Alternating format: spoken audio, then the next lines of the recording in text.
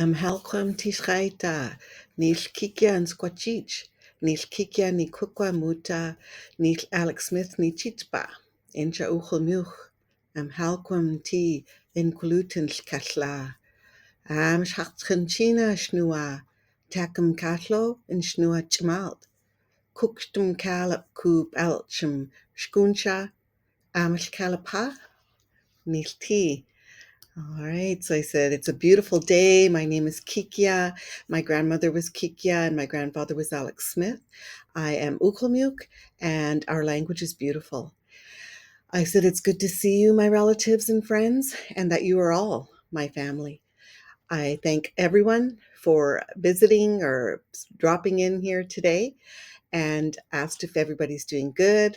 And that's it for my intro. Again, just wanting to acknowledge the Tazil Learning Center and all of the work done by the contributors to this advanced curriculum book for the Cuystwí Malh Ucwalmícwts curriculum. Again, we're drawing new lessons, a couple of new ones out of that curriculum publication in this Booklet 1C. I hope you enjoy. All right, so let's get into our next mini lesson, which is lesson 4, found on page 5 in the Advanced Curriculum book from the Tazil Learning Center. So one of the words most often used in Ucwalmícwts is wa, which indicates that something goes on only for a certain time or that something just happens to be the case. So for instance, if we say awesome, it means he or she or it is sick, with the idea that it is the most important thing we can say about he or she or it at that time. And that we are not, we do not think about when he will be better again or she will be better again. But when we say what awesome, it means he just happens to be sick, but he might be better anytime, right? So, as you can see, what suggests that a quality is less lasting or less thorough. And of course, you can only learn how and when to use wa by trying to speak Ucwalmícwts with fluent speakers.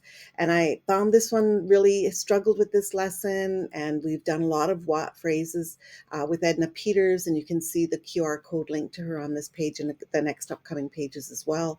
But so when I looked it up on the firstvoices.com/Liltwat page, it defines wa as being busy with or involved in. So hopefully that will help. But we'll look at some phrases on the next page that will help. All right, time to apply. So as you heard on the past slide, that's a little bit of insight into the strategies that we've been taking up in our Shema Ucwalmícwts blended immersion program. So you heard that we are looking to speakers. So Edna Peters, we have video recordings that we watch and listen to over and over and over again to get to hear the subtleties of the sounds of the language. We have the print curriculum, which we're drawing the mini lessons from here.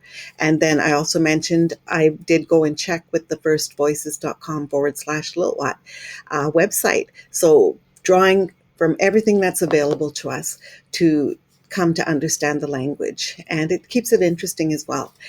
So applying what to, let's try starting with ama, which means good or fine. And if we say wash can ama, it means I'm good, I'm feeling good. But again, it can also mean I was feeling good. So remember, there's no past and present tense. If we add shkauch to what and say what shkauch ama, it means you are feeling good or you were feeling good or fine. What ama? Again, do you remember the lesson we learned last time? You don't see an ending on what. So who is feeling good or fine, or who is feeling good or fine? I'm sure you all remember that when there's no addition there, that we're talking about a singular person. It can be, a singular person, he or she or it was feeling good or is feeling good. And then wash kash ama, who remembers what shkash means? That means that we were feeling good or feeling fine, or we are feeling good or feeling fine. We put wash kalap ama to say that you folks are feeling good, or you folks were feeling fine. And then here comes, remember in the beginning, I said we can't really call them rules because they do apply to some degree, but there are often instances where it's like, but it could be this or that. So that comes in with wheat. And we all remember that wheat means they. So for this case, we can say, what wheat ama, meaning that they are feeling good or they were feeling good. Or it's also correct to say and add the wheat after ama. You can say, what ama wheat. And I wonder if anybody notices any changes in the spellings in that last one on number 6. So we can say, what wheat ama, or we can say what ama wheat, and both are correct forms to say they are feeling good or they were feeling good. All right, so we'll apply it to itlam now. So, wash can itlam, I was or I am singing. Wash kauch itlam, you were or you are singing. Wash itlam, wa itlam is singular person, or he or she or it was singing or is singing. Wash catch itlam means that we are singing or we were singing. And wash clap itlam, you folks were singing or you folks are singing. And the same thing goes with wheat here. What wheat itlam or what itlam wheat both mean either you were or though they were singing or they are singing. All right, go on to the next page. Okay, so let's apply it again to maybe another word that we learned previously and also to a new one that I'm going to introduce into the mini booklets today, starting with pechem, which means hunt or to hunt. We learned that in a previous lesson. And when we say wash can pechem, we're saying that I am hunting or I was hunting.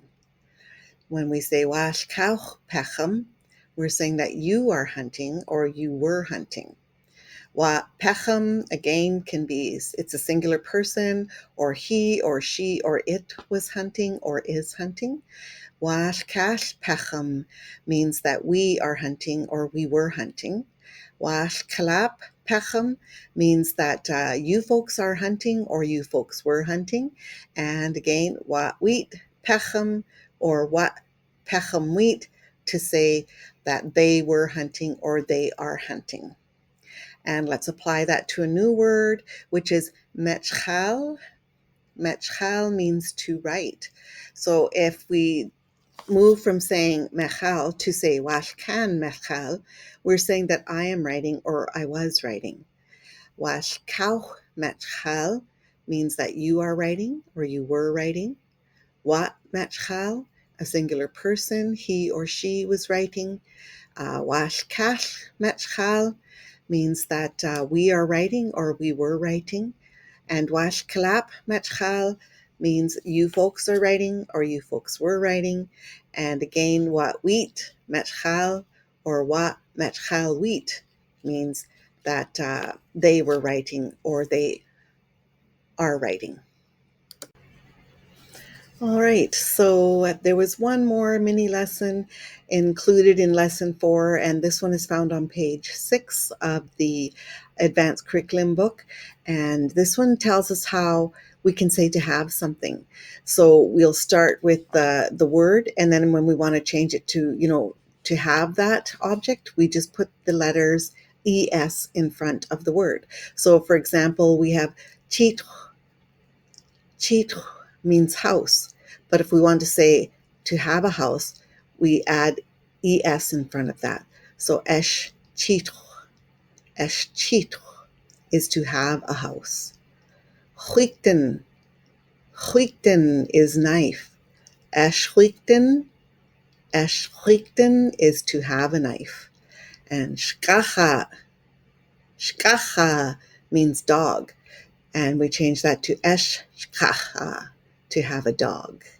And you'll notice there, again, a rule doesn't apply directly, and that's, I think, to do with pronunciation. The S in front of shkacha what purpose would having ESS? So just drop the S when a word begins with the letter S. So shkacha, dog. To change that to have a dog, we just put ES in front and drop that S. So esh. It wasn't a misspelling on my part. That's how it is. And then we can see that again with shklau, which means money. And to have money is eshklau. Eshklau. Okay, apply palamuta. Palamuta means one more time. So go and look in your resources and find 4 things that you use daily from firstvoices.com Lil'wat, or from the many, many videos that we have posted on our YouTube channel, or if you have the curriculum booklets or storybooks or any other resources, get using them, put them to work for you, and turn them all into I have phrases using the rule that we just covered in the page before this one. And I gave you some examples. There's a clock, there's cups, dip net, pot, table, chair, lamp, garden, shovel, things that you use and talk about every day, because that's how we can bring them into our daily language use. So have fun looking for 4 more examples of things that you can add esh in front of to say that I have those things. Have fun. As always, we close off a mini lesson with our gratitude and express that gratitude every time that we're able to learn something new or to say a phrase or a word in our beautiful Ucwalmícwts. As always, grateful to the Tazil Publishing House for the curriculum that we're drawing these and building our resources on. Like I said, we hear from community members, that we need to stop asking more questions and start showing what has been made already and building on top of that, to put good use to to what is shared by our speakers and workers in our communities. So thanking the First Peoples Cultural Council, RCAV, Shamakum Chiefin Council, and UANSS for their ongoing support. The speakers, always, Mishishal Herman Dan, Jukap Lyle Peters, Norma Pierre, Alana Woodland, Geneva Quip, Kalak Michael Smith Sr., and Edna Peters. We thank you from the bottom of our hearts. We lift our hands to you all and are so grateful for you all and hope that you're all keeping well. Cuystwí, we all thank all of you for sharing, for following, for looking at and learning from the resources that they're helping us to learn. So Cuystwí, ama Cuystwí, you take care, be well, and Takman Shnuk Nukwa, all my relations.